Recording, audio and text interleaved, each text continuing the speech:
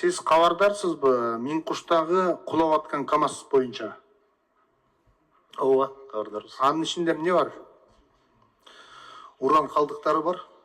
Уран калдыктары мынакей. Телефонго келип атат да.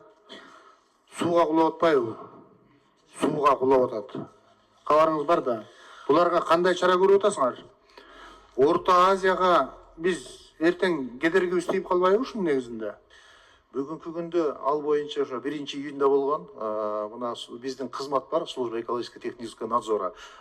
Комиссия түзүлүп, ошол комиссия бүгүнкү күндө иштеп атат. Комиссия жыйынтыгы боюнча аягы жыйынтыгын чыгарышы керек.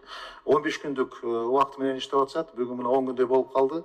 Бир 2-3 күн ичинде ушул жуманын аягына чейин жыйынтыгын чыгарып, анан мен сизге жыйынтыгы боюнча айтып берем.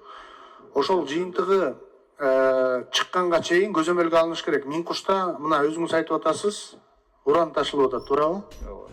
Уран ташылып аткан болсо, КАМАЗ келип сууга кулап атса, ал сууга төгүлөт да. Ал суу Орто Азияга кетет да. Биз бул жерден ушуларга ушундай нерсеге кечирилгис, мына айыппул эмес, такыр кечирилгис нерселерди кылышыбыз керек. Бул деген өтө чоң нерсе. Буларды алдын алышыбыз керек. Миңкуштун элинин абалын жакшы билесиздер.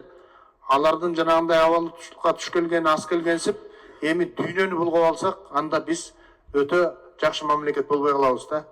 Ушуга жакшыраак көңүл буруп, анан кагаз жүзүндө ушуну маалымат кылып берип койсоңуз. Ооба, сөз. Рахмат.